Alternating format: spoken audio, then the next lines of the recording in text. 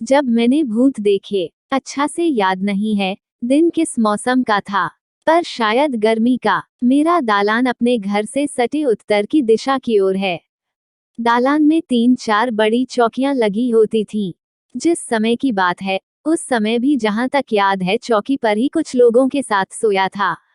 इस कारण से ये भी कह सकता हूँ कि मौसम गर्मी का था, या फिर बरसात का भी हो सकता है। जाड़े का तो सवाल ही नहीं उठता, क्योंकि जाड़े के दिनों में चौकियों को खड़ा कर दिया जाता था और नीचे पुआल बिछा दिया जाता था। और जो कुछ भी मैंने उस रात देखा था, चौकियां खड़ी रहने पर देखने का प्रश्न न उठ सकता है। मेरे दालान के आगे मवेशियों के खाने पीने की नांदों की एक लंबी पंक्तियां आज भी है, उस समय भी थीं। उसके आगे कुछ परती जमीन और उसके बाद कुछ पेड़ पौधे, जो उस समय बिल्कुल छोटे छोटे होंगे। पेड़ पौधों के आगे एक बड़ा सा जलाशय है। जलाशय का एक बड़ा भाग मेरे दालान की सीध से पश्चिम दिशा में है। आज की तरह उस समय इसमें मछली पालन नहीं होता था, ऐसे स्वाभाविक रूप से उसमें जो मछलियां रह रही हों। मेरे दालान पर मेरे अलावा मेरा छोटा भाई, मेरे छोटे बाबूजी, चाचा जी और मेरे पड़ोसी गया सिंह, जिन्हें मैं गया चा कहता था, सोते थे। साथ ही गांव के ही एक और आदमी, जिनका घर मेरे घर से लगभग 4-5 बांस की दूरी पर था, सोते थे। नाम था उनका रमेश सिंह। गया सिंह और मेरे छोटे चाचा तो अब स्वर्गवासी हो गए, पर और लोग भगवान की कृपा से सकुशल हैं। मैं उस दिन, जिस रात और जिस भोर का वर्णन करने जा रहा हूँ, उस दिन भी ये सारे लोग रात को सोए हुए होंगे ही। जिस समय मेरी नींद खुली थी और वह दृश्य देखा था, मुझे अंदाजा ना होगा कि रात्रि का कौन सा पहर होगा। पर बाद में पता चला कि रात्रि का तीसरा पहर समाप्त होकर चौथा पहर चढ़ा था। नींद खुली तो मैंने अपने दालान के सबसे आगे जलाशय के किनारे दिया या लालटेन जैसी कुछ रोशनी जलती देखी। ध्यान से देखा तो वही रोशनी पाई। कुछ देर बाद सोचा कि शायद कोई अपने बच्चे को टट्टी पाखाना करवा रहा होगा। उस समय सबके यहाँ शौचालय नहीं था। हालांकि आज भी जब देश दुनिया यहाँ तक पहुँच गए हैं, गांव देहातों में शौचालय की बड़ी कमी है। सब घर में आज भी शौचालय नहीं है, जिसके कारण औरतों और लड़कियों को शौच के लिए बाहर जाना पड़ता है। कभी कभी तो उनके साथ बड़े बड़े हादसे भी हो जाते हैं।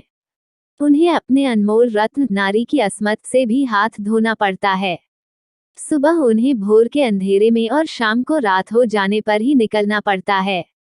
बीच में उनके लिए काफी परेशानी हो जाती है और शर्मिंदगी उठानी पड़ती है। मैं उस जलती हुई रोशनी को काफी गौर से देख रहा था।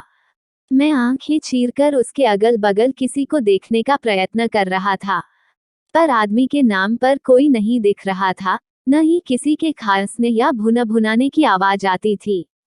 थोड़ी देर के बाद जलाशय के उस पार में किसी के खांसने की 2-4 आवाजें सुनाई पड़ी। मैंने आवाज को लगभग पहचान लिया था। छोटा बाबूजी, छोटे चाचा रात रहते ही उठकर दिशा मैदान को निकल जाते थे और बीड़ी ज्यादा पनी कामते रहते थे। दिशा मैदान करके आते थे, फिर जाकर जानवरों को बाहर निकालते थे, या कभी कभी गर्मी के दिनों में जानवरों को बाहर निकालकर ही दिशा मैदान को जाते थे। उनके खांसने की आवाज के बाद मैं क्या देखता हूँ कि वह रोशनी अब वहां से चल चुकी है। धीरे धीरे हमारी ही तरफ, इतना करीब आने पर भी रोशनी के साथ आदमी नाम की कोई चीज दिखाई न पड़ती थी। मैं काफी आश्चर्य और भय में था। वह क्या क्या ये सुना तो बहुत बार है, पर देखा कुछ भी उस तरह का एक बार भी नहीं। एकदम से बगल में रहने के कारण डरा तो रोज ही रहता हूँ। रात को पेशाब एक बार भी नहीं लगने पर उठकर बाहर जाने से पहले सारे रोंगटे खड़े हो जाते थे। उठकर जाने के क्रम में पूरब में तनिक भी झांकने से पहले पूरी देह कांप जाती थी। वह तो क्या कहूं कि नाली उत्तर दक्षिण की तरफ थी और हमें पश्चिम मुंह करके पेशाब आदि करने के लिए बैठना पड़ता था। पर लाख कांपती थी देह, लाख सिहरते थे रोंगटे, पर जाने या आने के क्रम में एकाध बार उधर पूरब की तरफ डरी नजर अवश्य फेंका जाती थी। एक बार तो ऐसा लगा था कि आज उसको भूत को देख ही लिया क्या। प्राण बिल्कुल सूख गए थे, पर अशोक भैया को सामने पाकर जान में जान आई थी। दीपावली का समय था। हमारे गांव में इस अवसर पर 3 दिनों तक लगातार होने वाले नाटकों का रिहर्सल चल रहा था और वे उस रातगढ़ पर एक जगह का नाम, जहां निकेतन कक्ष भी है, से रिहर्सल करके अपने घर लौट रहे थे। वे जमुना चा करते आए और हम सबसे बतियाने लगे थे। उन्होंने बातचीत के क्रम में बताया कि पूरब तरफ बैगन के पौधों के बीच उजली साड़ी पहने एक औरत को वे कब से देख रहे थे। पहले उन्हें लगा कि कोई महिला बैगन चुराने के ख्याल से आई होगी और फिर उन्हें देख पौधों के बीच में छिप गई। फिर सोचा कि इत रात में वह भी मात्र बैगन के लिए, तभी यह भी सोचा कि चोर चाहे कभी भी कुछ कर सकते हैं और वे छोटे बड़े क्षुद्र सभी होते हैं। पर तभी सहसा उनके रोंगटे खड़े हो गए। अरे ये तो उन्हें ध्यान ही नहीं रहा कि कहीं ये सोच ही रहे थे कि तभी वो महिला एकदम से गायब दिखी। ये देखकर वे दौड़े दौड़े हाँफते हाँफते हमारे दालान में आए और हमसे आपबीती सुनाने लगे। मुझे तो काटो तो खून नहीं। छोटका बाबूजी जैसा आदमी यह सब देख सुनकर चुप है। अरे ये तो भूत प्रेत का नाम लेने वाले लोगों को झकझोर कर रख देते हैं। औरतों की भाषा में कहूं तो मुंह तक नोच लेते हैं और आज चुपचाप। इनसे तो ऐसे ही हम सब में मेरे भाई बहन, भतीजी भतीजियां, चचेरे भैया से काफी डरते थे। भूत प्रेत के बारे में कुछ सुनकर थोड़ी भी उनसे या उनके सामने चर्चा कर ले तो वे हमारी कचूमर तक निकाल दे सकते थे। जिस जगह के या उसके आसपास का वर्णन अशोक भैया कर रहे थे, उन जगहों के बारे में मैं बहुत सुन चुका था कि उधर भूत मंडराते रहते हैं।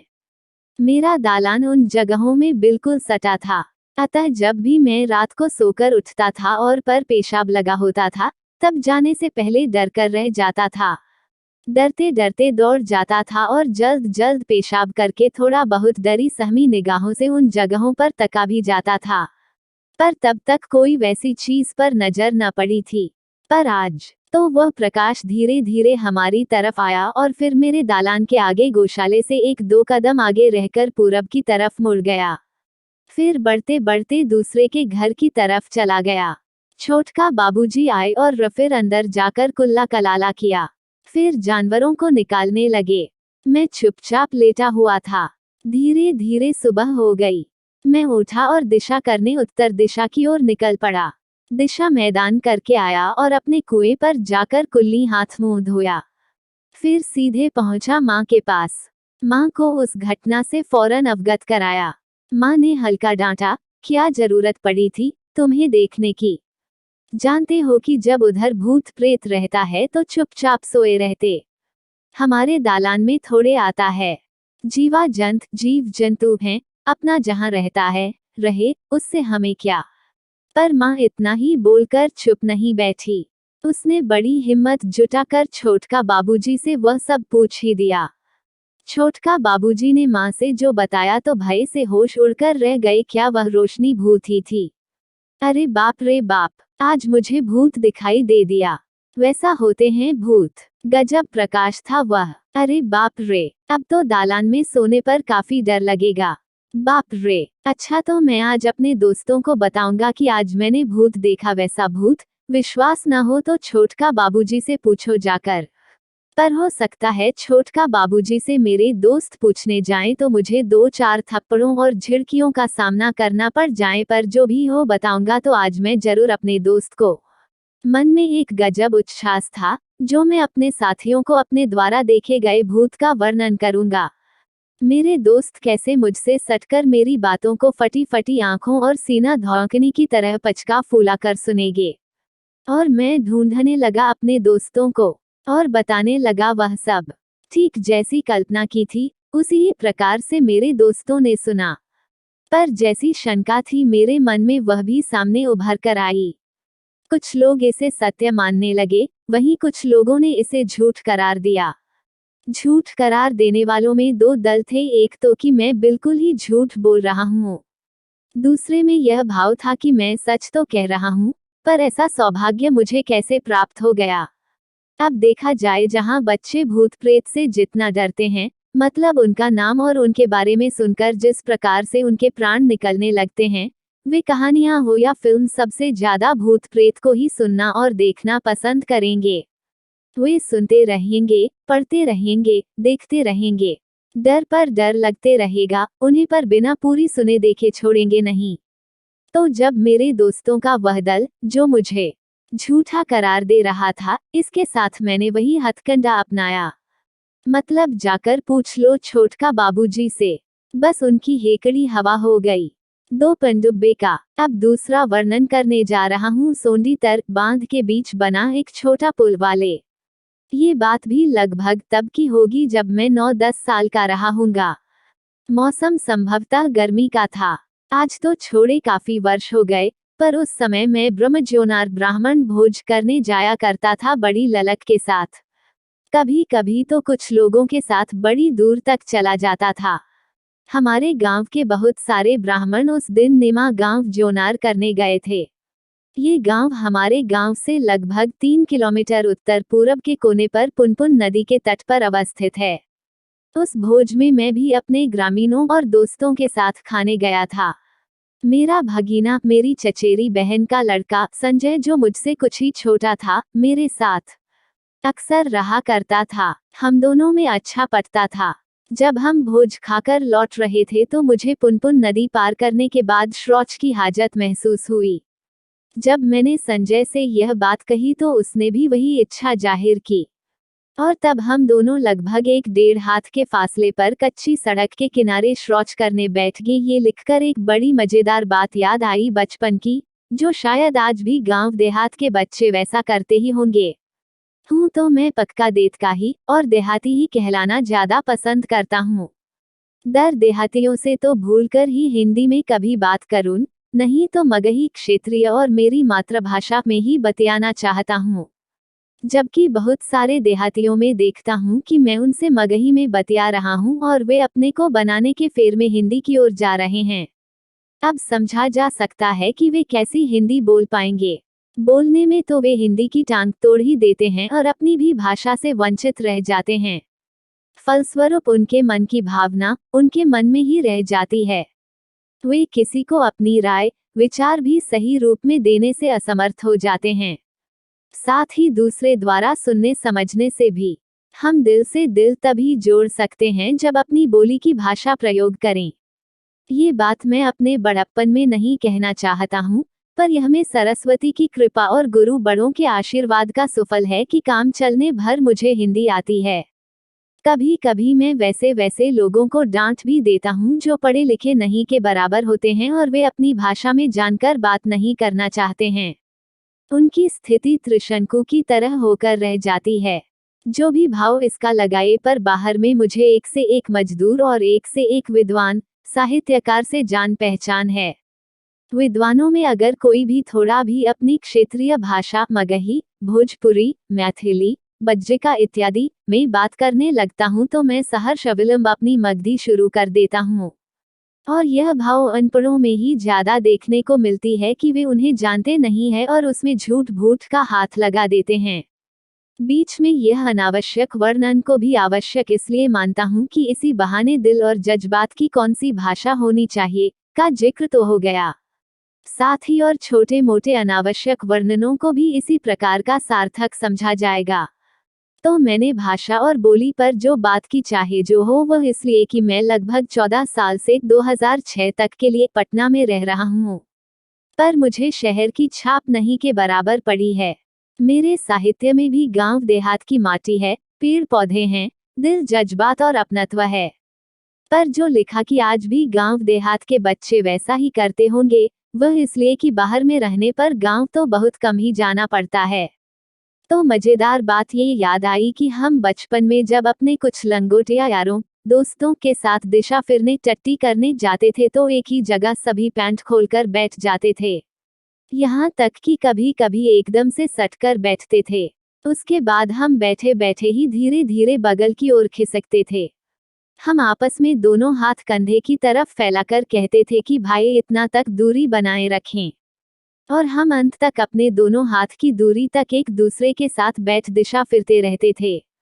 फिर जाकर बगल के जलाशय, जिससे हम सब गंडी कहते हैं, में जाकर पानी छूते थे। तो फिर मैं कहानी पर आऊं। मैं और संजय दोनों ने शौच करने के बाद बगल के गड्ढे में पानी में जाकर पानी छुआ, फिर घर की ओर बढ़ चले। अब लगभग शाम होने वाली थी। कहीं अंधेरा छा जाए और वे लोग आगे बढ़े। मेरे ग्रामीण नहीं भेंटे तो हमें काफी डर लगेगा, क्योंकि अभी 1.5 किलोमीटर के लगभग गांव हैं। ये सोचकर हम लपकने लगे, यहाँ तक कि लगभग दौड़ने लगे। थोड़ी ही दूरी तय की थी कि सोंडी पुल, इसे मेरे बाबूजी ने ठेका लेकर बनाया था, के पास लगभग 3-4 वर्षीय 2 बच्चों को पुल पर सोया पाया। एक पूरा नंगा, दूसरा सिर्फ गंजी पहने हुए। मुझे याद तो नहीं है, पर जितना याद है उससे ये कहूं कि मुझे भय सी कोई चीज नहीं लगी थी। मैंने सोचा कि बगल में इनके माँ बाप मछली मार रहे होंगे और इन्हें पुल पर सुला दिया होगा। कुछ दूरी से ही उन दोनों बच्चों को दो तरफ सोया देखा था। 1-2-3 बार थोड़ा सा इधर उधर उछला या लुढ़का था। जब हम दोनों उन दोनों बच्चों के बीच में आए और उन्हें देखने लगे तो एक स्थिर मन से बच्चे की तरह शांत होकर हमें देख रहा था। फिर हम कुछ देर वहां रुककर उन्हें देखते हुए आगे बढ़ चले। अब तो अंधेरा छाने पर था। हम दोनों तेजी से दौड़ने लगे। कुछ ही देर बाद हम दौड़ते दौड़ते उन तक पहुंच गए। हमें दौड़ते हुए आता और हाँफते देख उन लोगों को कुछ और ही शक हुआ, जैसे हमारे रोंगटे खड़े कर देने में काफी था। 3-4 लोगों ने हमें संवेद रूप में पूछ दिया, क्या पनडुब्बे ने खदेड़ दिया का रे? मैं तो भौंचक होकर रह गया, साथ में संजय भी। क्या मतलब? इस अर्थ में हमारी भी भाषा थी। दोनों उसी तरह से था रे। अब एकदम आंखें फट गईं हमारी। बोलते क्यों नहीं? कुछ किया न? इस बार मेरे मंझले चाचा ने सशंकित होकर पूछा। मामा मतलब? मैं कुछ समझकर एकदम से हड़बड़ा और डर गया था। इसका जवाब न देकर लगभग समझाने के रूप में बोले, नाना। मंझले चाचा हमारे भांजे, हमारे जोड़ पार के और कुछ बड़े भी थे, जिनके द्वारा इन्हें नाना नाना सुनते देख मैं भी इन्हें नाना ही कहता था। जब तुम पीछे रह गए थे तो हमें बता भी देते। मैदान करने लगे थे न? हाँ नाना, पर बात क्या है? सोंडी पर 2 लड़के मिले थे तुम्हें? हाँ, दोनों नंग धड़ंग, सिर्फ एक लड़का गंजी पहने हुए था। पर बात क्या है? मैं उनके साथ साथ बढ़ते हुए उनसे जा सटा था। पनडुब्बे थे दोनों। अरे बाप, मैं तो मारे भय के उछल पड़ा था। लगा कि उनसे नाना चिपक जाऊं। यही स्थिति संजय की भी थी। मेरा सीना लोहार की धौंकनी की तरह तेजी से पचक फूल रहा था। तो वे दोनों पनडुब्बे थे। दूसरी बात, जब जान जाते कि ये पनडुब्बे हैं तब तो वहीं ही हमारे प्राण निकल कर रह जाते। पर बड़ा अच्छा किया भगवान ने जो हमारे मन में यह एहसास नहीं कराया। नहीं तो उस समय तो हमारी इतनी उम्र थी कि उस उम्र में लोग अकेले में अपरिचित आदमी को भूत तक समझ लेते हैं। जोर जोर की बहती हवा भूत के होने का भय दिला जाती। मैं और संजय दोनों इतना डरे थे कि क्या जिक्र किया जाए। उस समय से हम दोनों उन लोगों के बीच बीच में ही चलना चाह रहे थे। उन लोगों से हमें चलते चलते ही जानकारी मिली कि उन लोगों ने उन दोनों पनडुब्बों को लड़ते हुए देखा था। खूब उठा पटक कर रहे थे आपस में दोनों। बाप रे, ऐसा कुछ, ऐसा भी होते हैं ये लोग। फिर हम सब घर पहुंच गए थे। अब कितना और किस प्रकार डरे रहे होंगे, बार बार इस तरह का वर्णन क्या करूं। तो यही 2 कहानियां हैं मेरी, जब मैंने भूत देखे थे।